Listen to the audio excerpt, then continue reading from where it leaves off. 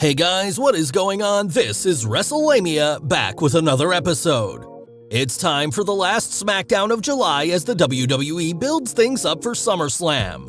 Join us now as Wrestlelamia looks at the 30th July edition of Smackdown, as well as the wildest wrestling news and rumors you need to know, including Bray Wyatt released, WWE superstars unhappy with their jobs, did the WWE try to sabotage AEW, Braun Strowman scheduled for first post-WWE appearance, and more. As always, Wrestlelamia won't recap the show, but provide you with the good, the bad, and the downright ugly. The good. Cena's promo. Whether you love him or hate him, John Cena still knows how to cut a promo. The WWE cleverly booked Cena's promo by having him say things to rally his fans behind him, while giving Roman fans a reason to support the tribal chief. The sizzling Seth vs. Edge storyline.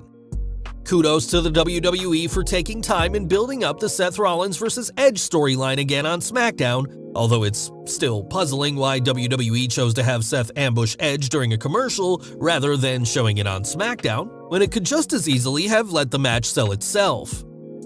A good six-man match. Was tonight's six-man match between the heel team of Apollo Crews, Dolph Ziggler, and Robert Roode against babyfaces Big E, Cesaro, and Shinsuke Nakamura another match designed to fill time? On the surface it might seem so, but not only was it an exciting match that gave some TV time to six undercard stars, but it set things up for a possible Shinsuke Nakamura vs. Apollo Crews bout for the Nigerian Prince's Intercontinental Championship by having Nakamura pin Crews. Balor and Roman's War of Words. Finn Balor and Roman Reigns' contract signing confrontation was an exciting segment that reminded fans that Finn Balor is more than just a big bout machine, but a terrific talker. Although the segment was merely a bait and switch to get Cena's name on the Universal Championship contract, it set the stage for a future match between Balor and Reigns, as well as a possible match between Cena and Balor if Balor takes exception with Cena stealing his title shot. However, as we'll see next, Balor may not have time to face Cena. Potentially good feud. Baron Corbin is down on his luck, and he's obviously looking to take his anger out on someone, in this case, the newly returned Finn Balor. Having Corbin attack Balor before Finn could sign his Universal Championship match contract was a terrible way to get Cena into the title picture, but it was a good way to set up Corbin versus Balor. Ray tells Dominic to step up. Speaking of setting feuds, the WWE continues to plant the seeds for a future father and son showdown as Rey Mysterio told Dominic Mysterio it's time to step up. Has Dominic been a flop in the ring? Clearly not, but it looks as if Papa Ray expects more, and there's no telling how long it will take before Dominic tells his old man enough is enough and sets out to prove himself on his own. Since Ray has very publicly stated he'll never wrestle his son in the ring, fans now know it's just a question of when it happens. For now, fans should enjoy the build-up as Dominic's resentment grows. The bad. Cena steals a Universal Championship shot. The WWE pulled another one of its logic-smashing segments by having John Cena steal Finn Balor's Universal Championship match against Roman Reigns. While the WWE's contract protocol has always been murky at best, the idea of Cena running in and signing his name to a contract seemed like one of the most anticlimactic ways to get Roman Reigns to face Cena. There are two major problems with this scenario. One, fans know Cena is wrestling Roman at SummerSlam, otherwise he wouldn't have come back. And two, it robs the WWE of a number of storylines to make the match happen. Roman is an arrogant heel who is clearly afraid to face Cena, but unwilling to admit it, hence his dismissive attitude towards Mr. Missionary, as Roman has cleverly dubbed him. The WWE could have had Cena embarrass Reigns into giving him a title shot or any other number of ways. Instead, it went with a method that makes little sense, then had its two authority figures confirm it without even a half-assed explanation to explain it. 24/7 turned into a regular title. The 24/7 Championship remains one of WWE's better inventions in recent memory, but the company is making a big mistake having it defended inside the squared circle. While it's good to see an occasional traditional defense, the belt should be about the champion always looking over his shoulder. While Reginald is no R-Truth, his agility and high-flying moves make him extremely entertaining to watch. A predictable turn. The Boss is back and ready to challenge Bianca Belair for the Smackdown Women's Championship. However, did the WWE need to run a predictable turn angle to spark their match at SummerSlam? Not if you spend any time thinking about the situation. Recall Sasha Banks made it clear after dropping the belt to Belair at WrestleMania 37 that she'd be back for a rematch. So why the need for a supposed heel turn by Banks? The WWE's booking seems to have confused people, what a surprise, with at least one news site reporting Banks turned face and heel in the same night, turning face by saving Belair from a Zelina Carmella beatdown, then turning heel by attacking her after their tag match. The Downright Ugly. Nothing ugly about tonight's show. While this week's SmackDown wasn't as good as last week's show, it featured solid matches and segments as usual. The WWE needs to be careful with the Mysterios vs. Usos because it's starting to get stale despite some solid work in the ring. As the WWE moves into August and SummerSlam draws closer, let's hope SmackDown turns up the heat rather than keeping things on simmer.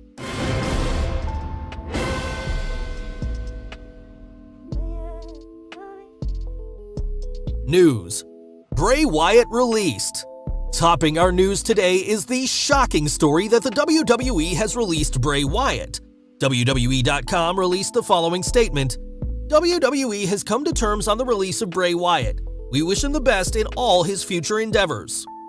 Wrestlelamia will continue following this story as it develops. No word on why Wyatt has been released. Wild rumor: did the WWE attempt to sabotage AEW?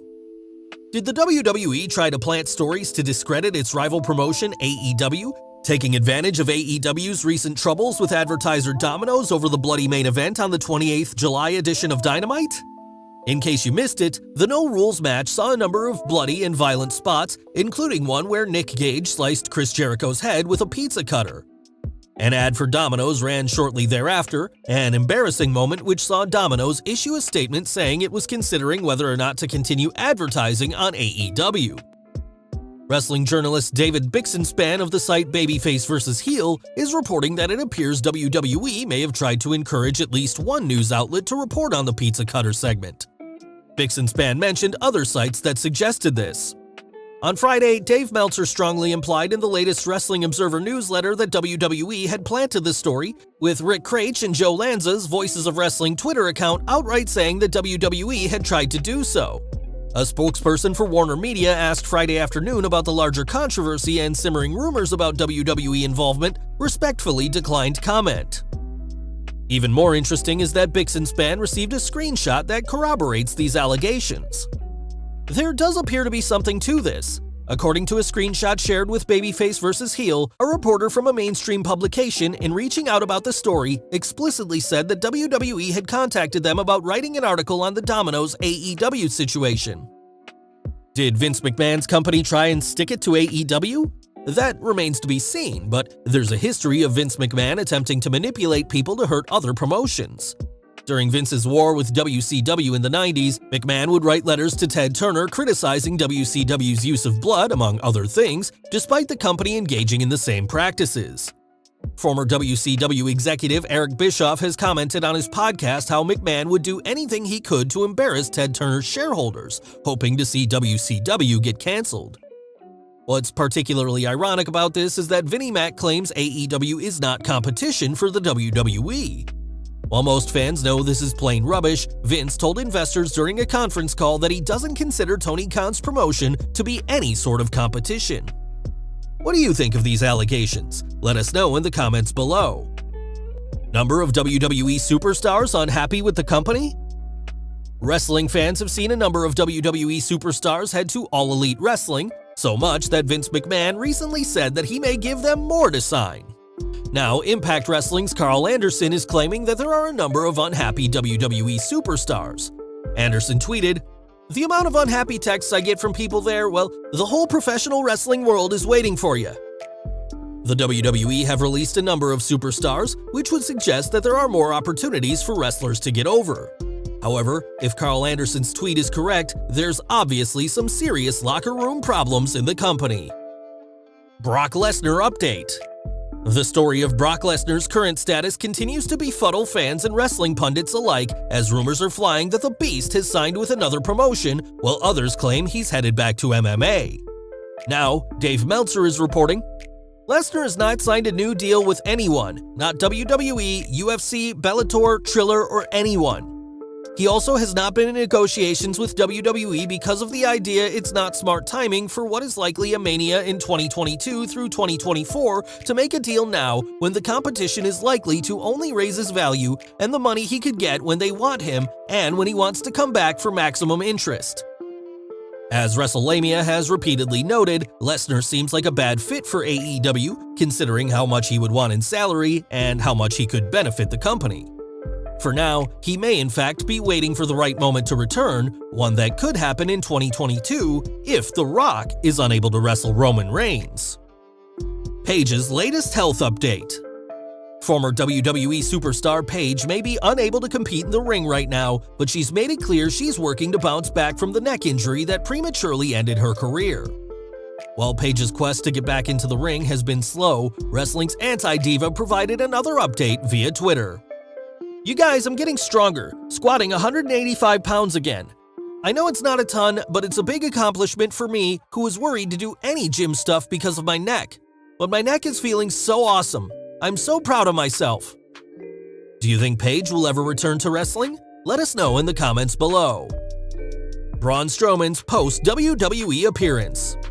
Last but not least, big news for Braun Strowman fans as Michael Morales-Torres from Lucha Libre Online is reporting that the Monster Among Men is scheduled to appear at Qatar Pro Wrestling's Super Slam 3 event in Doha, Qatar on 26 February 2022. According to the report, Strowman, aka Adam Shear, is expected to sign a contract on 22nd September to appear at the show. Well guys, there you have it, the good, the bad, and the downright ugly from the 30th July Smackdown, along with the wildest news, stories, and rumors you need to know in wrestling. Be sure to leave your comments, and don't forget to subscribe to our channel, follow us on Instagram and Twitter, and I'll see you next time for some more wrestling content.